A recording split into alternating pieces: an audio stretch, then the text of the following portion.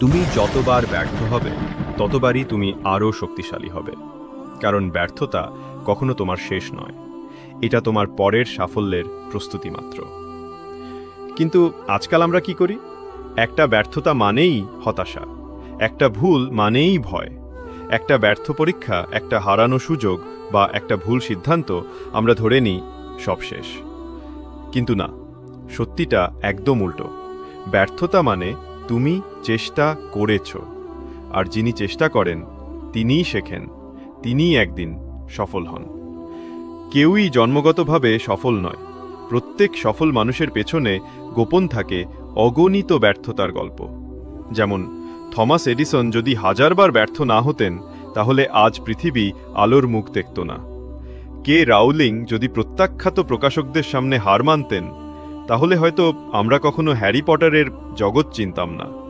এমনকি তোমার প্রিয় খেলোয়াড়, তোমার প্রিয় উদ্যোক্তা, তাদের প্রতিটি সফল মুহূর্তের পেছনে আছে অগণিত কষ্ট, পরিশ্রম আর ব্যর্থতার অধ্যায়। তারা একটাই কাজ করেছে, হার মানেনি। তুমি যতবার হোঁচট খাবে, জীবন তোমাকে ততবার নতুন করে গড়বে।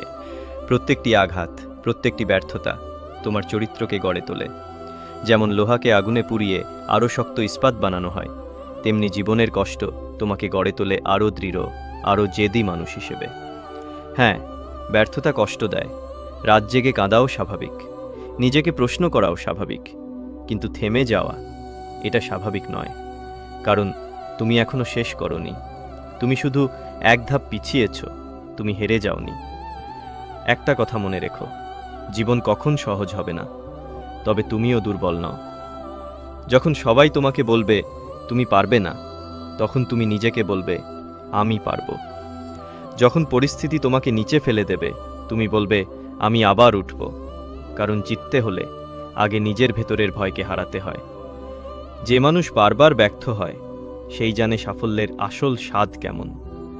যে মানুষ কষ্ট চেনে, সেই জানে আনন্দ কত মূল্যবান।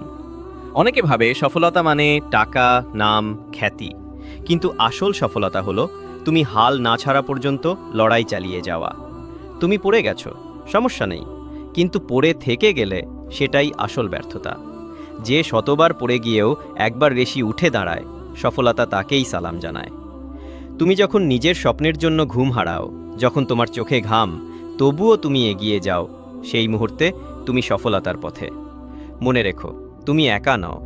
প্রত্যেক সফল মানুষের জীবনেই একটা হার মানা অধ্যায় ছিল, কিন্তু তারা সেটা শেষ করেনি, বরং নতুন করে শুরু করেছিল।